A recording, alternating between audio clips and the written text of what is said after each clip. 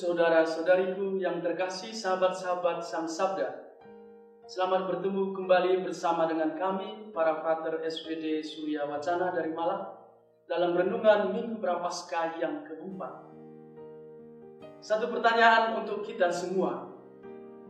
Bagaimanakah sikap kita terhadap orang-orang yang berdosa atau orang-orang yang bersalah, terutama terhadap orang-orang yang karena kesalahan atau dosa-dosanya membuat kita sakit hati?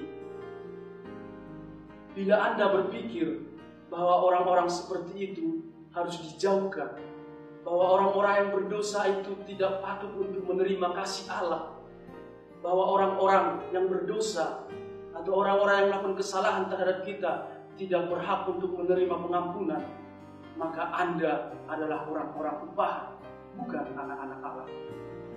Bapak, Ibu, saudara-saudariku yang terkasih, sahabat-sahabat Sang Sabda, dalam Injil Minggu Prapaskah yang keempat, dikatakan di sana bagaimana orang-orang Farisi dan ahli-ahli Taurat bersungut-sungut kepada Yesus. Mengapa? Karena Yesus menerima dan makan bersama para pemungut cukai dan orang-orang berdosa. Mengapa mereka bersungut-sungut? Ini merupakan suatu pertanyaan refleksi bagi kita. Orang-orang Farisi dan ahli-ahli Taurat berpikir bahwa orang-orang berdosa ini tidak patut menerima kasih Allah. Orang-orang berdosa ini tidak patut menerima kebaikan. Orang-orang Farisi dan ahli-ahli Taurat, mereka berpikir bahwa mereka adalah orang-orang yang saleh, dan oleh karena itu mereka lah yang berhak menerima kebaikan. Sementara orang-orang berdosa ini tidak pantas menerima kebaikan, terutama dari Yesus yang adalah orang terhormat pada waktu itu. Bapak, Ibu, saudara-saudari terkasih, bagaimana Yesus menanggapi sungut-sungut orang Farisi dan para ahli Taurat ini? Yesus menyampaikan suatu perumpamaan tentang anak yang hilang. Perumpamaan ini sudah begitu familiar bagi kita. Kita sudah sering mendengarnya. Apa yang menarik dari perumpamaan ini?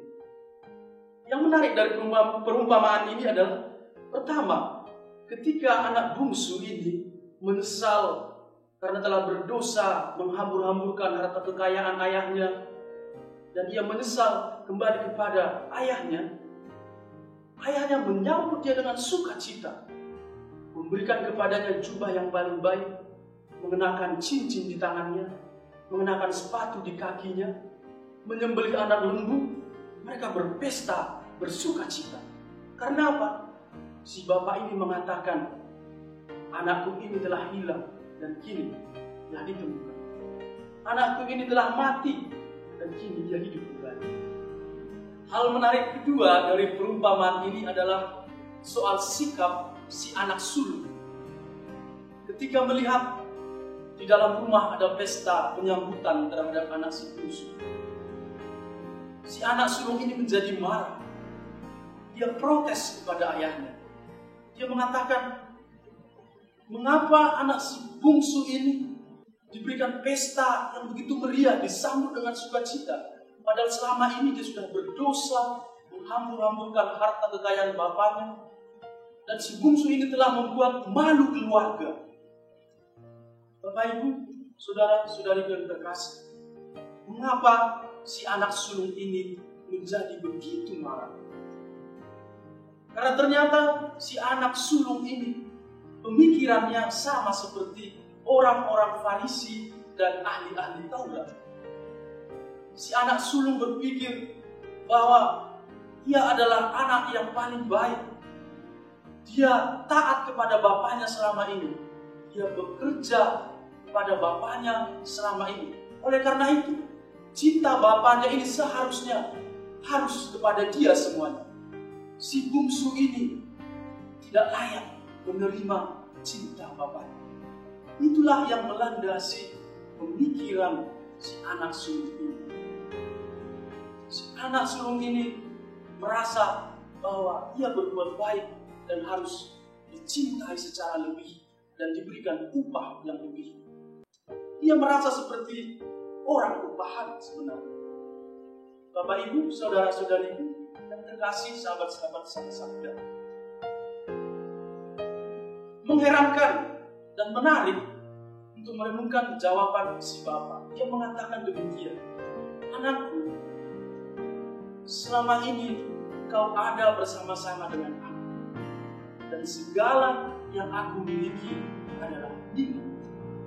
Jadi bapaknya sebenarnya mau mendadarkan si sulung ini bahwa dia ini bukan orang rupahan, dia ini anak, bahwa bapak mencintai dia bukan pertama-tama karena perbuatan baiknya, tapi Allah bapaknya mencintai dia karena dia adalah anak. Bapak Ibu, saudara-saudari yang terkasih, sahabat-sahabat Sang Sabda, di hadapan Allah kita semua ini adalah anak-anak Allah yang Dia cintai. Kita berbuat baik bukan pertama-tama supaya Allah mencintai kita, bukan. Allah lah yang pertama-tama mencintai kita manusia, dan cinta Allah ini kekal untuk selalu. Walaupun kita tidak setia, tetapi Allah tetap setia mencintai. Bapak Ibu, saudara-saudariku yang terkasih, sahabat-sahabat Sang Sabda, ketika kita merasa sebagai anak-anak Allah yang dicintai oleh Allah, maka ketika kita jatuh atau ketika melihat orang berdosa, ketika melihat saudara-saudara kita jatuh, kita akan lebih gampang memberi pengampun. Kita akan lebih gampang menerima mereka kembali. Karena apa? Karena pemikiran kita tidak didasarkan pada upah. Karena pemikiran kita didasarkan pada upah, kita akan sangat sulit menerima orang-orang yang bersalah kepada kita. Dia berbuat salah, dia harus dihukum, tidak layak menerima pengampunan. Bapak Ibu, saudara-saudari yang terkasih, melalui Injil hari ini kita diajak, kita diingatkan oleh Allah bahwa Allah akan bersuka cita menerima anak-anaknya yang bertobat kembali kepada-Nya. Oleh karena itu, di masa prapaskah ini, mari kita jangan takut untuk kembali datang kepada Allah yang adalah rahim. Cinta Allah itu melebihi logika untung rugi manusia. Cinta Allah itu kekal bagi kita semuanya. Mari Bapak Ibu, saudara-saudariku, di masa prapaskah ini kita juga seperti Allah Bapa yang adalah Maha Rahim, mengasihi orang lain yang berbuat salah kepada kita, mengampuni mereka, supaya apa? Supaya semakin besarlah sukacita surga karena semakin banyak orang. Salam dalam Sang Sabda.